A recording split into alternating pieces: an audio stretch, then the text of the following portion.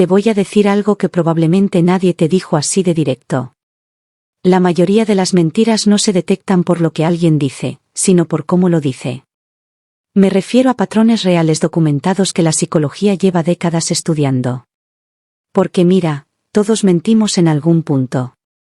Pequeñas cosas, excusas, medias verdades, silencios incómodos. Pero cuando alguien está ocultando algo importante, el cerebro hace algo que no puede controlar del todo, y eso deja huellas en el lenguaje, en las pausas, en la manera de responder y hasta en la forma de construir una historia. Antes de continuar, quiero ser claro en algo. Esto no se trata de espiar a nadie ni de convertirte en detective de las personas que amas. Tampoco se trata de vivir desconfiando de todo el mundo. Se trata de entender mejor cómo funciona la comunicación humana cuando hay tensión emocional, culpa o miedo. Y sobre todo, aprender a observar con calma, sin paranoia y sin sacar conclusiones apresuradas. Recuerda que este contenido es informativo. No reemplaza una conversación honesta ni la orientación de un profesional en temas de psicología o relaciones personales. ¿Por qué mentimos y cómo lo delata el cerebro? Seguro te ha pasado.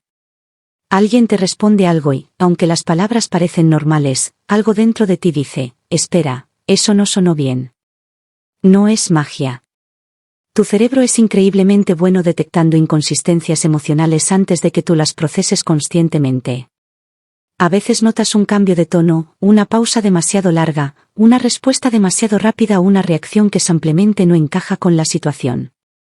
Un estudio de la Universidad de Michigan publicado en el Journal of Language and Social Psychology encontró que las personas que mienten tienden a usar ciertos patrones de lenguaje de forma inconsciente, más palabras negativas, menos referencias directas a sí mismos y un distanciamiento sutil del tema. ¿Por qué ocurre esto? Porque mentir requiere esfuerzo mental. El cerebro tiene que crear una versión alternativa de la realidad, sostenerla, recordar detalles y al mismo tiempo controlar las emociones.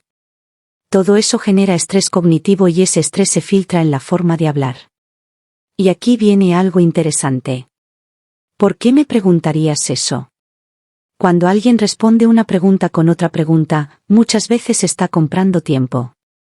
Es una estrategia inconsciente para reorganizar el pensamiento antes de responder. No siempre significa engaño, claro. Hay personas que reaccionan así por sorpresa o incomodidad. Pero cuando la pregunta era simple y la respuesta evita el tema de inmediato, vale la pena notarlo. En mi experiencia, esta frase aparece especialmente cuando la persona no esperaba que tocaras cierto tema. El cerebro necesita unos segundos extra para decidir cómo responder sin comprometerse demasiado. Y esos segundos pueden revelar más de lo que parece. Otra frase muy común es, te lo juro. O incluso, te lo juro por mi madre, por mi vida, por lo que más quiero. Puede parecer una señal de honestidad, pero curiosamente, muchas veces ocurre lo contrario. Cuando alguien necesita reforzar desesperadamente su credibilidad con juramentos espontáneos, algo emocionalmente intenso está pasando detrás. La honestidad genuina normalmente no necesita decoraciones dramáticas. Una persona tranquila suele responder de manera simple y directa. En cambio, cuando alguien siente que su historia podría no ser creíble, intenta añadir fuerza emocional artificial.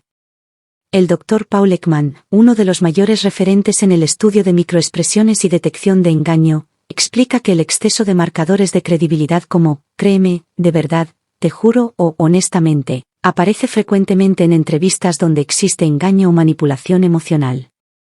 Y luego está la clásica, siempre haces lo mismo.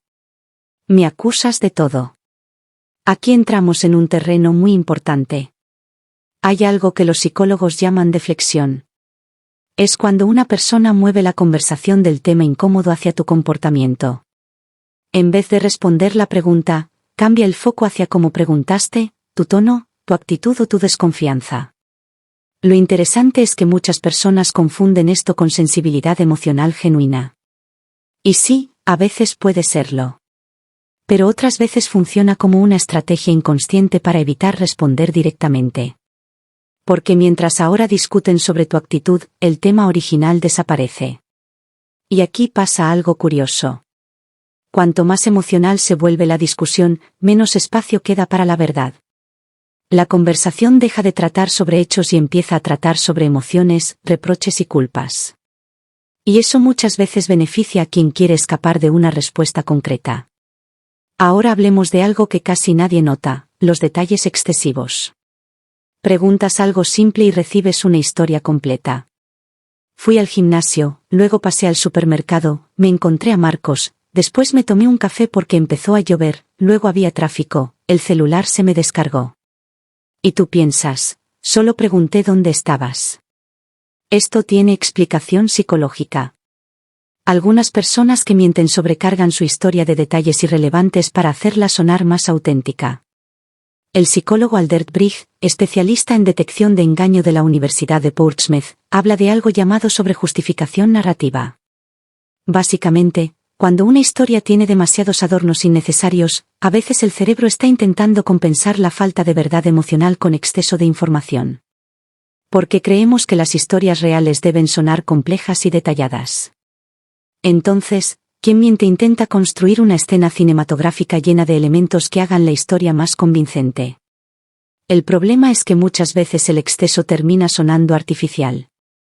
Otro patrón interesante es el famoso "no me acuerdo". La memoria humana es imperfecta, eso es completamente normal. Todos olvidamos cosas. Pero existe una diferencia enorme entre olvidar genuinamente y olvidar selectivamente. Cuando alguien recuerda perfectamente detalles pequeños de una noche, pero, casualmente, no recuerda justo la parte más importante, eso llama la atención. Y no significa automáticamente que esté mintiendo. A veces el cerebro evita recuerdos incómodos por ansiedad, culpa o estrés. Pero otras veces, el "no me acuerdo" funciona como una salida de emergencia emocional. No es una mentira directa, pero tampoco es una respuesta honesta. También hay algo fascinante relacionado con el uso de los pronombres. El psicólogo James Pennebaker, de la Universidad de Texas, descubrió en varios análisis lingüísticos que las personas que mienten tienden a usar menos el pronombre yo. El cerebro intenta distanciarse psicológicamente de la mentira. Por ejemplo, en lugar de decir yo fui al cine con alguien, dicen fuimos al cine o se fue al cine. Parece un detalle insignificante, pero el lenguaje refleja muchísimo más de lo que creemos. Cuando alguien quiere reducir su conexión emocional con una acción, inconscientemente reduce su presencia dentro de la frase. Y luego llega una de las frases más difíciles de interpretar: ¿por qué no confías en mí? Porque aquí sí existe una línea muy delgada. Una persona honesta puede sentirse herida si siente que la están acusando injustamente. Eso es completamente humano. Pero también puede ser usado como una estrategia para convertir tu duda en el problema principal y evitar responder la pregunta original. La clave nunca está en una sola frase. Está en el patrón. Una reacción aislada no significa nada. Pero cuando cada conversación incómoda termina desviándose de la misma manera, ahí es donde vale la pena observar con más atención. Hay otro detalle que muchos expertos mencionan y que rara vez se habla: las respuestas demasiado rápidas. A veces pensamos que una respuesta inmediata significa sinceridad, pero no siempre es así. Cuando alguien responde demasiado rápido una negación importante, puede ser porque ya tenía preparada la respuesta antes de que terminaras de preguntar. Especialmente si la reacción parece automática y emocionalmente exagerada. Por otro lado, también existen personas que hacen exactamente lo contrario, se quedan en silencio demasiado tiempo. Ese retraso puede aparecer porque el cerebro está intentando construir una respuesta segura mientras controla el lenguaje corporal y las emociones al mismo tiempo. Y hablando de lenguaje corporal, aquí hay que tener mucho cuidado con los mitos de Internet. Mucha gente cree que mirar hacia arriba, cruzar los brazos o tocarse la cara significa mentira. La realidad es mucho más compleja. No existe un gesto universal que garantice que alguien está mintiendo. El contexto importa muchísimo más que cualquier movimiento aislado. Lo realmente útil es observar cambios repentinos. Si alguien normalmente habla tranquilo y de pronto evita contacto visual, cambia el tono de voz o empieza a moverse de manera incómoda justo en un tema específico, eso puede indicar tensión emocional. Pero tensión emocional no siempre significa engaño. También puede significar miedo, inseguridad, vergüenza o ansiedad. Y esto es importante entenderlo porque muchas relaciones se destruyen cuando una persona empieza a interpretar cada gesto como una prueba.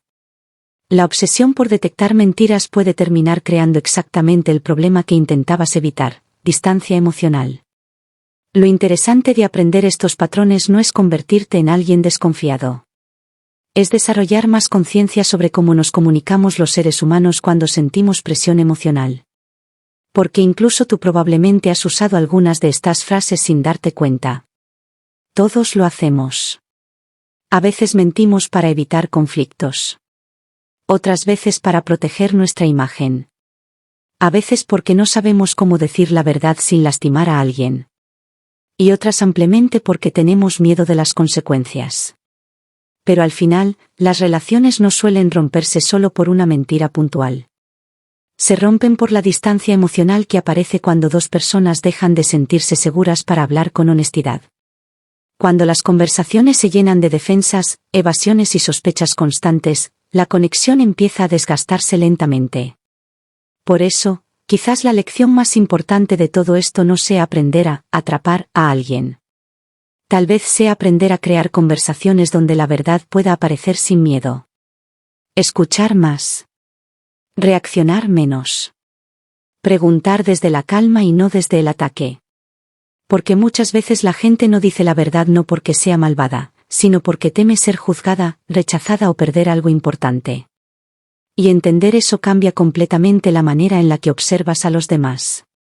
Si algo de lo que viste hoy te resonó, quizás lo más valioso no sea buscar señales en el otro, sino también notar cuando tú mismo cambias tu forma de hablar bajo presión emocional. Eso puede enseñarte muchísimo sobre tus propios miedos, inseguridades y formas de comunicarte. Y si estás atravesando una situación difícil donde la confianza se rompió, hablar con un psicólogo o terapeuta siempre es una opción válida. Pedir ayuda no es debilidad.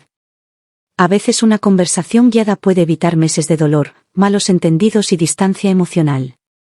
Si este tema te hizo pensar en alguien o te ayudó a ver las conversaciones desde otra perspectiva, déjame un comentario contando qué parte te llamó más la atención. Me interesa saber qué señal psicológica te parece más difícil de interpretar. Y si quieres seguir viendo contenido así, ya sabes dónde está el botón de suscribirse. Nos vemos en el siguiente vídeo.